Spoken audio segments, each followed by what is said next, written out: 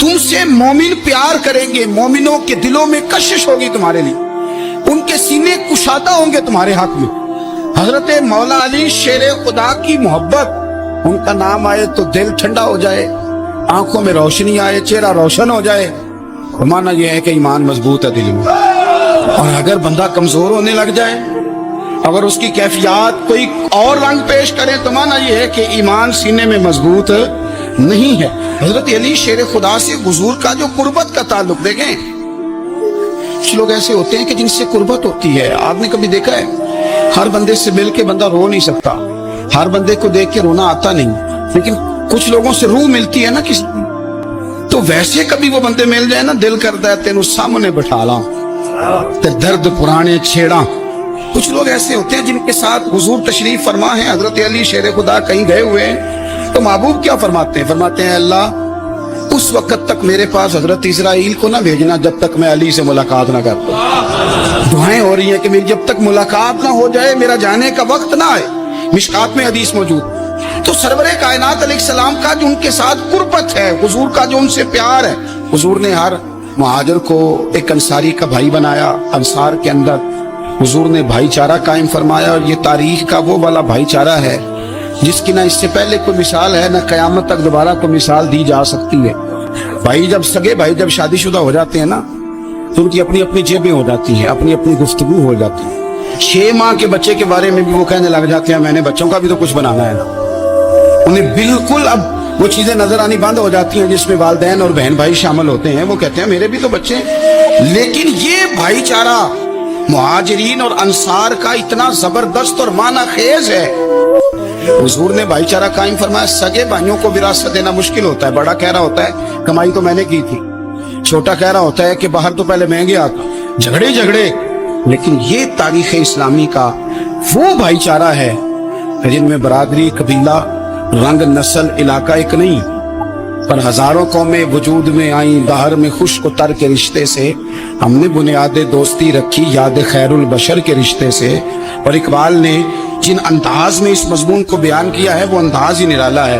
اقبال فرماتے ہیں خاص ہے ترکیب میں قوم رسول ہاشمی, بننے میں کوئی خاص, ان کی ترکیب بھی کوئی خاص ہے. حضور نے بھائی بھائی بنا دیا. اب بھائی جن کو دینی اسلامی مذہبی بھائی بنایا ہے, وہ دوسرے بھائی کے بارے میں کیا ذہن رکھتا ہے؟ وہ کہتا ہے کہ میرے بھائی میرا کاروبار بھی آدھا تیرا, جائیداد بھی آدھی تیری, چونکہ تو میرا بھائی ہے تو تو رسی لے کے پیمائش کر لے, میں اپنا گھر بھی بانٹ کے آدھا تجھے دینا چاہتا. جب اس قدر زیادہ لوگوں کی نظریاتی پختگی ہوئی اور لوگ اس قدر زیادہ مزاج رکھنے لگے, تو پھر ایک خاص قربت کا ماحول وہاں نظر آیا. پھر وہ جو مہاجر بن کے آئے تھے اور بہت زیادہ جن لوگوں نے جہاد کیا تھا, جد و جہد کی تھی, گھر بار چھوڑے تھے, پھر ان لوگوں کو زیادہ دشواری نہیں ہوئی, زیادہ آزمائش نہیں ہوئی دل لگانے میں اور مدینے میں رہنے میں. بڑی آسانی سے وہ لوگ وہاں رہنے لگے اور بڑی جلدی ان کا مدینے سے اور اہل مدینہ سے پیار بڑھ گیا. تو میرے عزیز بھائیوں, حضور نے ہر انصاری اور مہاجر کو ایک دوسرے کا بھائی بنا دیا, سب کو بنا دیا. حضرت علی رہ گئے. اب یہ تو دونوں مہاجر ہیں, حضور بھی مکہ شریف سے آئے ہیں, حضرت علی بھی. بظاہر تو دونوں مہاجر ہیں, اگرچہ ساری زمین کے مالک رسول پاک ہیں. سب کو بھائی بھائی بنا دیا. تو اب ہر بندے کو بھائی مل رہا ہے, اور بھائی بڑے پیارے ہوتے ہیں. میں کئی دفعہ کہتا ہوں کہ بھائی بڑے پیارے ہوتے ہیں. کچھ قدورتیں دنیاوی طور پر معاذ اللہ دلوں میں آ جاتی ہیں, لیکن بھائی کا درد جو بھائی محسوس کر سکتا ہے وہ بھی دوسرے کو محسوس نہیں ہوتا. تو حضرت علی جب کسی کے بھائی نہیں بنائے گئے تو رو ہی پڑے. اتنے دلیر بندے تھے, پر بھائی کی ضرورت بندہ اتنی محسوس کرتا ہے, اس کو بھائی سے لگاؤ اتنا زیادہ ہوتا ہے کہ مولا علی رو پڑے. مشکات میں موجود, روئے. حضور نے فرمایا کیوں روتے ہو؟ عرض کی حضور آپ نے سب کو ایک دوسرے کا بھائی بنایا ہے, میں رہ ہی گیا ہوں, مجھے کسی کا بھائی نہیں بنایا. اب وہ آنسوؤں میں لپٹی ہوئی وہ بات حضرت علی نے عرض کی تو محبوب نے فرمایا علی انت اخی فی الدنیا والآخرہ. فرمایا علی تو میرا بھائی ہے, اور نرا دنیا میں نہیں, تو دنیا اور آخرت میں میرا بھائی ہے.